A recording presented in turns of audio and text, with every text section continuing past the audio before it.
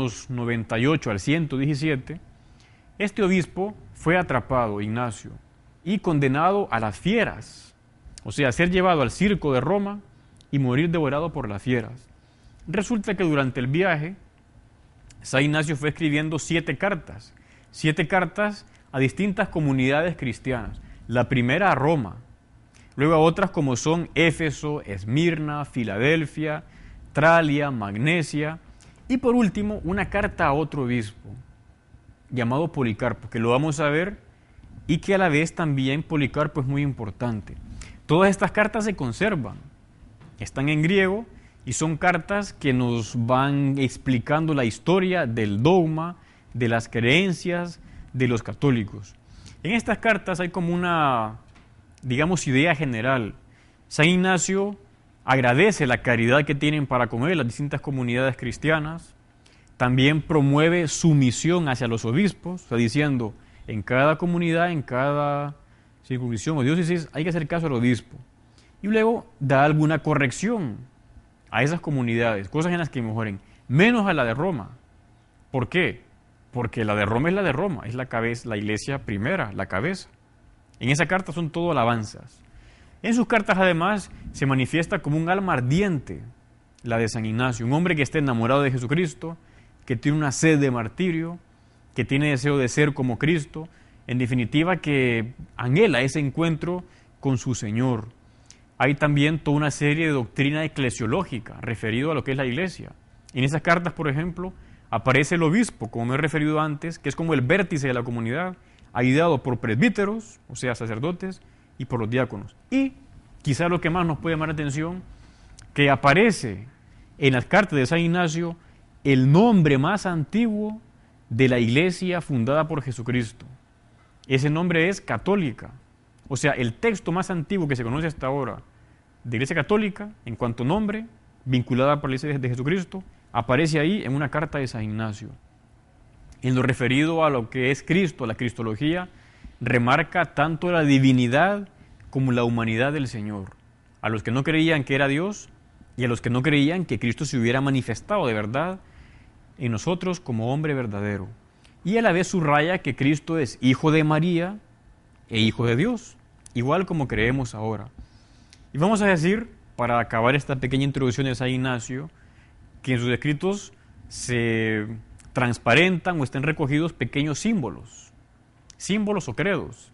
Símbolo es la palabra griega que hace referencia al credo tal como lo conocemos ahora. Símbolos eran pequeñas como formulaciones de fe que las repetían para conservar la integridad o lo esencial de la fe. Pues lo que San Ignacio va diciendo, en buena parte, es lo que nosotros rezamos en los credos en este siglo XX, siglo XXI. Pasamos, por tanto, a leer una serie de textos de San Ignacio de Antioquía referidos a sus cartas. Voy a remitirme, en primer lugar, a la carta a los romanos, que es una carta especial, porque se dirige a Roma, que es la comunidad primera, la cabeza. Dice, Ignacio, llamado también Teóforo, o sea, el que lleva a Dios, Teo, Dios, foro, llevar, a la iglesia que ha alcanzado misericordia en la magnificencia del Padre Altísimo y de Jesucristo, su Hijo único, iglesia que preside en la región de los romanos, dice más adelante, la que está a la cabeza de la caridad, depositaria de la ley de Cristo. Son todo honras y alabanzas a esta iglesia de Roma. Les deseo una abundante alegría sin mancha, es decir, sin herejía, sin sectas, en Jesucristo nuestro Dios. O sea, le llama ahí a Jesucristo Dios, porque sabemos Cristo es Dios. Lo decía San Ignacio, lo creemos ahora. Luego, dice más adelante en otro texto, hablando o referido a ese martirio que él va a recibir, dice, dejadme ser pasto de las fieras, por medio de las cuales podré alcanzar a Dios. Soy trigo de Dios y soy molido por los dientes de las fieras para mostrarme como pan puro de Cristo. Recuerdo estando en Roma hace algunos años, en una iglesia llamada la iglesia de San Clemente Romano, si no me equivoco. En esa iglesia, pues uno entra, está un poco así como subterránea, uno entra y en la nave, hacia un lado, el lado derecho, en una pared, ahí está un cuadro de San Ignacio de Antioquía, un cuadro que representa su martirio. Está Ignacio arrodillándose y hay un león que le está mordiendo la rodilla. Porque Ignacio de hecho muere así, muere masticado por los leones. Derrama su sangre ahí en el circo de Roma. Por eso él dice esto, déjenme. En su contexto, digamos, él va como feliz de poder morir por Cristo, de irse al cielo al encuentro con el Señor. Dice un poco más adelante en esta carta, para mí es mejor morir en Cristo Jesús que reinar sobre los confines de la tierra. Quiero a aquel que resucitó por nosotros. Mi parto es inminente.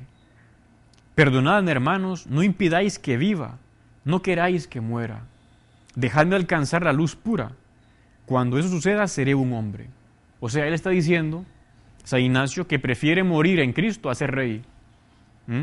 Que su parto es inminente, su parto en el sentido de irse y su parto también en el sentido de que va a nacer a esa nueva vida.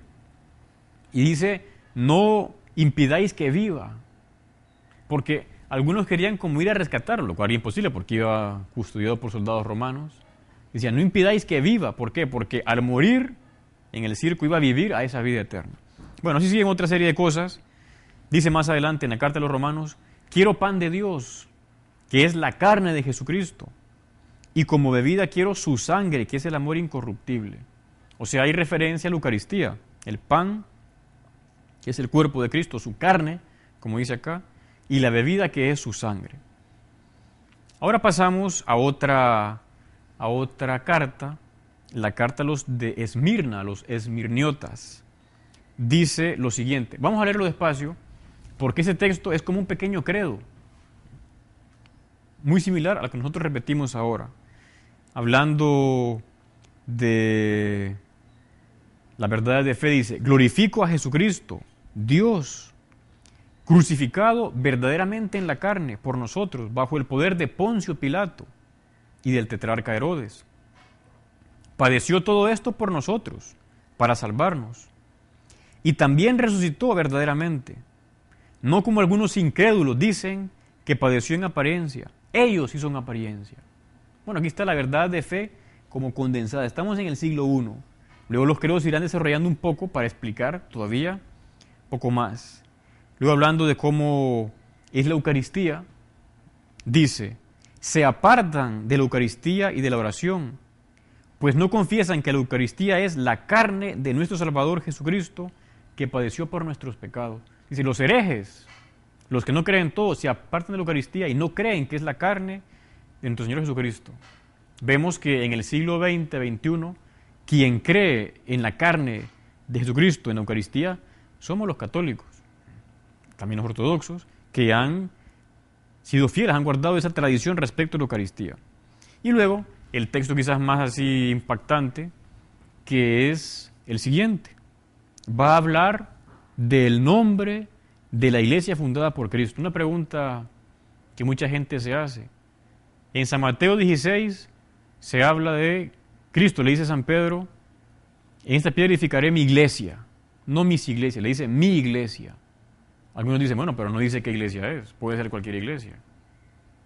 Vamos a ver en ese texto de Ignacio de Antioquía, cuál es esa iglesia fundada por Jesucristo. Dice lo siguiente, solo ha de considerarse válida aquella Eucaristía que esté presidida por el obispo o aquel en quien él mismo delegue. Donde aparezca el obispo, esté ahí la comunidad. Así como donde está Jesucristo, ahí está la Iglesia Católica. O sea, este es el texto más antiguo del nombre de la Iglesia fundada por Jesucristo, es decir, la católica. Hace referencia al obispo y dice también, seguid todos al obispo, como Jesucristo al Padre, y al presbiterio, a los sacerdotes, como a los apóstoles, respetad a los diáconos. O sea, con Ignacio de Antioquía ya tenemos claro el nombre de la iglesia de Jesucristo y esa estructura, obispos, presbíteros, es decir, sacerdotes y diáconos. ¿Qué otras ideas hay acá en las cartas de San Ignacio? Una, que es también actual, es la referida a la Virgen. En San Ignacio se nota como un cariño por la Virgen. dice en la carta a los Efesios,